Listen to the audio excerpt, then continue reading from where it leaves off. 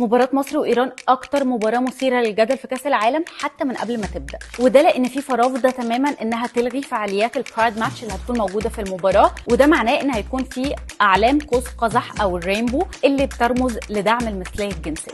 الفيفا مش فارق لها تماما الاعتراض بتاع الاتحاد المصري أو الاتحاد الإيراني لكرة القدم. القصة بدأت من شهور طويلة جدا في سياتل، المدينة اللي هتستضيف المباراة. كانت محددة كده من قبل القرعة ما تتعمل إن المباراة اللي هتتلعب في اليوم ده هتكون ضمن فعاليات البرايد ويك اند، لكن بعد ما اتضح ان المواجهه هتكون بين مصر وايران طبعا كان في اعتراضات كبيره جدا. الاتحاد الايراني طلب ان ما يكونش في اي اعلام خاصه بالموضوع ده ولا بتدعم الموضوع ده، ولكن الموضوع قوبل بالرفض تماما. المهم بقى ان مجتمع ال LGBT او اللي بيدعم المثليه الجنسيه شايفين ان دي اقوى رساله ممكن يقدموها، ان الاعلام بتاعتهم تترفع في مباراه بين البلدين ضد الموضوع تماما دينيا وقانونيا. الاعلام مسموح بيها وهتكون موجوده في المباراه رغم كل الاعتراضات دي، ولا كأنهم سامعين حاجة.